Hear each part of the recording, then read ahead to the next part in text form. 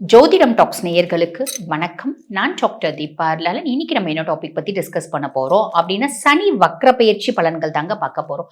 இந்த சனி வக்ர பயிற்சி என்னைக்கு நடக்க போகுது அப்படின்னா ஜூலை 27 ஜூலை 2026 ஆரம்பிச்சு டிசம்பர் 11 2026 வரைக்கும் ஏறக்குறைய 138 நாட்கள். இந்த 138 நாட்கள்ல வந்து பாத்தீங்கன்னா 8/10/2026 வரைக்கும் சனி பகவான் ரேவதி நட்சத்திரத்திலையும், அதுக்கப்புறம் வந்து பாத்தீங்கன்னா உத்திரட்டாதி அவரோட சொந்த நட்சத்திரத்திலையும் டிராவல் பண்ண போறார். அது என்னங்க வக்ரகதி? சனி பகவான் ரெட்ரோகிரேட் ஆகிற காலம்.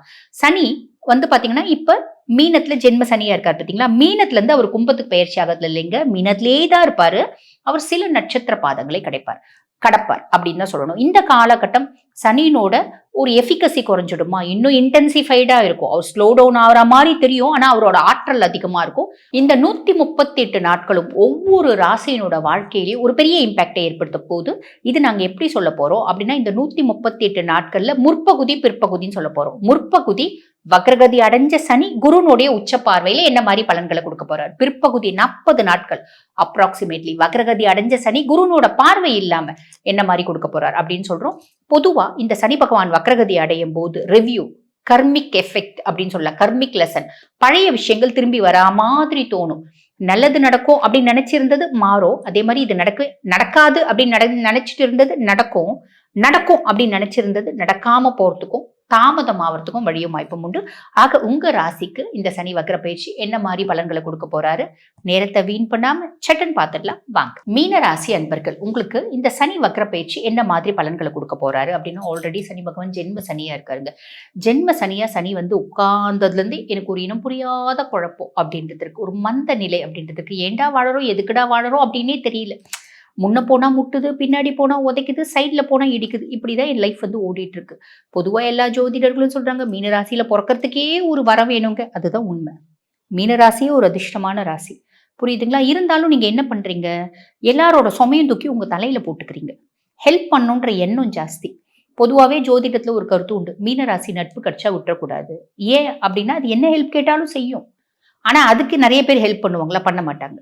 ஒரு மீனராசி பொம்பளை பிள்ளை இருக்கு அப்படின்னா உங்க வீட்டில் வந்து பார்த்தீங்கன்னா அந்த பொண்ணு ஒரு பெரிய ஒரு தூணா இருக்கும் உங்க குடும்பத்தினோட டெவலப்மெண்ட்டுக்கு அப்படின்னு சொல்லலாம்.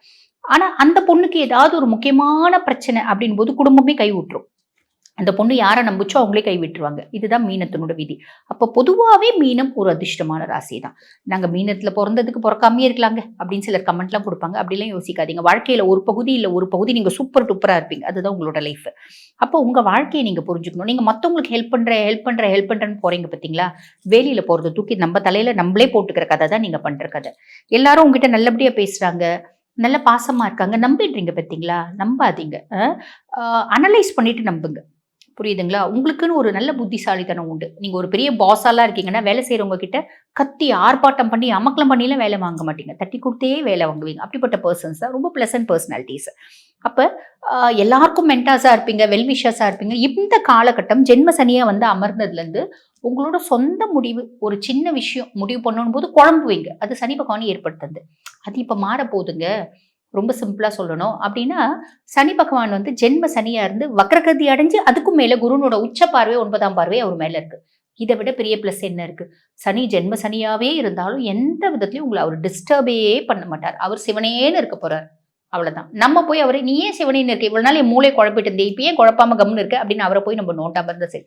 நம்ம என்ன நோனாலும் அவர் டிஸ்டர்ப் பண்ண மாட்டார். அவர் டிஸ்டர்ப் பண்ணுன்ற சூழ்நிலை வரும்போது தான் பண்ணுவார். இது ஒரு பெரிய பிளஸ்ங்க. அதுக்கு மேலே வேற ஏதாவது நல்லது நடக்குமோ? ஆப்வியஸ்லி நடக்குங்க. ரீசன் என்ன அப்படின்னா, உங்களுக்கு 11 மற்றும் 12க்கு அதிபன் சனி பகவான். லாபஸ்தானாதிபதியும் அவர் தான், ஆயன சயன போஜன மோட்ச விரையாதிபதியும் அவர் தான். அப்ப நான் ஒரு கன்சர்ன் வச்சு நடத்துறேன். எனக்கு நல்ல லாபம் வரணும் அப்படின்னு நான் பல விதத்துல வேற விதத்துல இந்த அளவுக்கு லாபம் வரணும், அந்த அளவுக்கு லாபம் வரணும், இவ்வளவு பெர்சன்டேஜ் வரணும், அவ்வளவு பெர்சன்டேஜ் வரணும், பல ஆங்கிள் ட்ரை பண்ணியிருக்கேன். எல்லாமே வேஸ்டா போச்சு. எதுவுமே எனக்கு வந்து ஒர்க் அவுட் ஆகல. சிலது இந்த காலகட்டத்துல ஒர்க் அவுட் ஆகும். ஓகேங்களா? நல்லா சாப்பிடணும், நல்லா சாப்பிடுவீங்க, நல்லா தூங்கணும், ரொம்ப நாள் கழிச்சு நல்லா தூங்குவீங்க.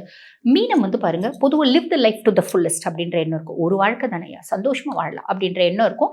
அந்த சந்தோஷமா வாழறதுக்கு எல்லாமே இருந்தும் உங்களோட வாழக்கூடிய சூழ்நிலை அப்படின்றது இல்லை. ஒன்று வேலையில பயங்கர பிஸியா இருப்பீங்க, வசதி வாய்ப்பு எல்லாமே இருக்குங்க, வேலையில எனக்கு டைம் இல்லை அப்படின்ற மாதிரி குழந்தைங்களை பார்க்கறதுக்கு, குழந்தைங்களை பார்த்துக்கிறதுக்கு, சமைக்கிறதுக்கு, பொம்பளைங்களுக்குலாம் அதானே சமைக்கிறதுக்கு, வீட்டு வேலை செய்யறதுக்கு, அதுக்கும் வேலைக்கும் போயிட்டு அங்கே ஆஃபீஸ்லேயே ஓடியாடுறதுக்கு, வந்து குழந்தைங்களுக்கு ஆயாமா வேலை செய்யறதுக்கு, மிஸ்ஸு வேலை செய்யறதுக்கு, வீட்டில் வந்து மெய்டு வேலை செய்யறதுக்கு, எல்லாத்துக்குமே நான் ஒரே ஆள் தாங்க. எங்கள் வீட்டுக்கார் எதுவும் ரெஸ்பான்சிபிலிட்டி எடுத்துக்கிறது இல்லை. சம்பாதிச்சு வருவார், போவார், அவ்வளோதான். அதுலேயும் பாதி அவங்க வீட்டுக்கு கொடுத்துருவார்.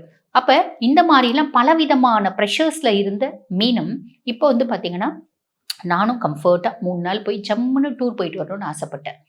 என் வாழ்க்கையை நான் வாழணும்னு ஆசைப்பட்டேன். நல்ல 5 ஸ்டார் ஹோட்டலில் போய் சாப்பிடணும்னு ஆசைப்பட்டேன். எனக்குன்னு ஒரு லக்ஸரியஸ் கார் வாங்கணும்னு ஆசைப்பட்டேன். எனக்குன்னு ஒரு வீடு வாங்கணும்னு ஆசைப்பட்டேன். அட இதில் இவ்வளோலாம் இல்லைங்க. எனக்குன்னு வீட்டில் ஒரு ரூம் வேணும்னு ஆசைப்பட்டேன். எனக்குன்னு அந்த ரூம்ல நான் நினைக்கும் போது ஏசி, இப்போ என் ஹஸ்பண்டோட படுத்தா அவருக்கு வேணும்னா ஏசி போட்டுப்பார், வேணும்னா ஏசி ஆஃப் பண்ணிடுவார். எனக்கு ஏசி வேணும்னு போது அவர் ஆஃப் பண்ணுவார், எனக்கு வேணான்னு போது அவர் போடுவார், ஃபேனே ஆஃப் பண்ணிடுவார். இந்த மாதிரி சின்ன சின்ன விஷயங்கள் கூட நான் ஆசைப்பட்டேன் நடக்கலன்றவங்க அந்த மாதிரி சின்ன சின்ன ஆசைகளோ, பெரிய பெரிய ஆசைகளோ, ஒரு மத்தியம ஆசைகளோ, ஏதோ சில ஆசைகள் நீங்க ஆசைப்பட்டது இந்த காலகட்டம் சாலிடா நடக்கும், கவலைப்படாதீங்க. இது வக்ரகதி அடைஞ்சிருக்க சனி குருனோட பார்வையில கொடுக்கக்கூடிய பலன்கள்.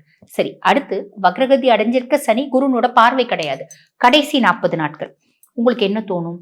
லைஃப்ல வந்து பாத்தீங்கன்னா திருப்பி ஒரு விதமான ஃப்ரஸ்ட்ரேஷன், ஒரு மந்த நிலை, திருப்பி எனக்கு ஒரு இனம் புரியாத குழப்பம் இருக்கு, திருப்பி என்னை சுத்தி எதுவுமே பெருசா நல்லா நடக்கல. ஆனாலும் நான் இது ஜென்ம சனி திருப்பி ஆக்டிவேட் ஆயிருக்கான், அவன் செய்யறான். ஆனாலும் நான் என்னுடைய சுயத்தை வந்து எப்பயுமே இழக்கக்கூடாது. என்னுடைய நேச்சுரலான கேரக்டர் என்ன, அது பிரகாரமே நான் ஓடிட்டே இருக்கணும் அப்படின்ற எண்ணம் வரும். கரெக்டா சொல்லணும் அப்படின்னா இந்த 40 நாட்கள் செல்ஃப் டிரான்ஸ்ஃபர்மேஷன் பீரியட் அப்படின்னு சொல்லலாமா? வாழ்த்துக்கள். இப்ப நான் சொன்னது வந்து பாத்தீங்கன்னா உங்க ராசிக்கான பொதுவான கோச்சார சனி வக்ர பயிற்சி பலன்கள். இந்த பதிவை பார்த்துட்டு இருக்கோங்க அம்மா, நீங்க சொன்னதுல எனக்கு நிறைய மேட்ச் ஆயிருக்குமா, சந்தோஷமா. பிளானட்ஸ் என்ன சொல்லுதோ அதை தான் நாங்க சொல்றோம். எங்க சுய ஜாதகத்தை நாங்க ஒரு முறை முழுசும் தெளிவா அனலைஸ் பண்ணிக்கணுமா அப்படின்னு விருப்பப்பட்டாலும், அம்மா எங்க குடும்பத்துல ஏகப்பட்ட பிரச்சனை இருக்குமா, முன்னாடி பின்னாடி எல்லா பக்கமும் பிரச்சனையாவே இருக்கு. இது 1 வருஷம் 2 வருஷமாவா, எத்தனை வருஷமா இந்த பிரச்சனையோடவே வாழறது, முடியலம்மா எங்களால. வயசு இருக்கும்போது சமாளிச்சோம், இப்ப வயசும் இல்லை, சமாளிக்க முடியலமா. இந்த பிரச்சனைகள்லாம் எப்பமா ஓயும் அப்படின்னு தெரிஞ்சுக்கணும் அப்படின்னு விருப்பப்பட்டாலும் தெரிஞ்சுக்கிறதுக்கு வழி இருக்கா? இருக்குமா. உங்க சுய ஜாதகத்தை பார்த்தா தெரிஞ்சுக்க முடியும். தெரிஞ்சுக்கணும்னு ஆசைப்பட்டாலும், அம்மா என் பிள்ளையினால கடுமையான மன உளைச்சலுக்கு ஆளாயிருக்கேன் நான். பையன் ஒன்னு சொல் பேச்சு கேட்க மாட்டேன்றான். எங்க குடும்பத்துக்கு தேவராத ஒரு பிள்ளைய லவ் பண்ணிட்டு அவளைதான் கல்யாணம் பண்ணிப்பேன் அப்படின்னு சொல்றான். பொருத்தமும் போய் பார்த்தோம், பார்க்கும்போதே பொண்ணு ஒத்து வரலமா எங்களுக்கு. நாங்க காசு பணம் வசதி அந்தஸ்து ஜாதி மதம் எல்லாம் பார்க்கல, ஆனா பொண்ணு ஒத்து வரல. பொண்ணை பார்த்தாலே எங்களுக்கு வந்து ஒத்து வரும் தோணலம்மா, கேட்க மாட்டேங்கிறம்மா, என்ன பண்றதுன்னு தெரியலம்மா. இதுக்கு வேற வழியும் வாய்ப்பும் இருக்கா? அந்த பையன் அந்த பொண்ணை தான் கல்யாணம் பண்ணிப்பானா, இல்ல நாங்க பாக்குற பொண்ணை கல்யாணம் பண்ணிப்பானா இப்படின்னு தெரிஞ்சுக்கணும். அப்படின்னாலும் அம்மா நாங்க ரொம்ப கௌரவமான குடும்பம். இப்ப கௌரவமான குடும்பத்துலதான் நிறைய பிள்ளைங்க வந்து பாத்தீங்கன்னா தப்பு தண்டா பழகுதுங்க, தப்பு தண்டா பண்ணுதுங்க, தப்பானவங்க கிட்ட பழகுதுங்க அப்படின்னு சொல்லலாம். என் பொண்ணு தேவையில்லாத சம்பந்தமே இல்லாத ஒரு பையன் கூட பழகி அந்த பையனை தான் கல்யாணம் பண்ணிப்பேன் அப்படின்னு கல்யாணம் பண்ணிக்கினா கூட பரவாயில்லம்மா, இன்னமும் லிவ் இருந்து ரிலேஷன்ஷிப் இருந்து டேட்டிங் இருந்து என் பொண்ணுக்கு எப்பமா திருந்தோம்? நான் சொல்ற பையனை கல்யாணம் பண்ணிக்குமா, நல்ல கௌரவமா என்னை வாழ விடுமா. பையன் தேவையில்லாத சில வஸ்துக்களுக்கு ஆளாயிட்டான், போதை வஸ்துக்கள் இதெல்லாம் ஆளாயிட்டான், அவன் மாறுவானா? இந்த மாதிரி பல கேள்விகள் ஒவ்வொரு குடும்பத்திலையும் இருக்கதான் செய்யுது. அதுக்கு மேல ரொம்ப எளிமையா சொல்லணும் அப்படின்னா சிலர் வந்து சிம்பிளான விஷயம் கேட்பாங்க. வீடு கட்டணும்னு ஆசைப்படுறோம்மா, பல முறை வீடுக்கு அட்வான்ஸ் கொடுத்துட்டேன், வீடு கட்ட முடியல, எங்களுக்கு பூமி யோகம் இருக்கா இல்லையா, வீட்டுல தங்கமே நிக்க மாட்டேங்குதுமா, தங்கமே சேர மாட்டேங்குது, நாலா பக்கமும் கடன் இருக்கு, கடன்ல இருந்து வெளியே வந்துருமா. இப்படி பல கேள்விகளுக்கு தீர்வு உங்க சுய ஜாதகங்க. சுய ஜாதகத்தை பார்த்தா எந்த பிரச்சனை எப்ப தீரும், இந்த பிரச்சனை அப்படின்றது இன்னும் 10 வருஷம் தொடருமா, 5 வருஷம் தொடருமா, இன்னும் 5 மாசத்துல முடிவடைஞ்சிடுமா, இல்ல இப்பயே முடிவடைஞ்சிடுமா, இப்படி பல விஷயங்கள் தெரியும். ஆக என்கிட்ட உங்க ஜாதகத்தை பார்க்கணும் அப்படின்னு விருப்பப்பட்டீங்க அப்படின்னா நான் பேசிட்டு இருக்கும் போது என்னோட வாட்ஸ்அப் நம்பர் கொடுத்துருப்பாங்கம்மா. அந்த வாட்ஸ்அப் நம்பருக்கு கால் பண்ணி அப்பாயின்மெண்ட் ஃபிக்ஸ் பண்ணி உங்களுடைய எந்த குறைகளா இருந்தாலும் உங்க ஜாதகத்தை அனலைஸ் பண்ணி ரொம்ப தெளிவா தெரிஞ்சுக்க முடியும். தேங்க்யூ.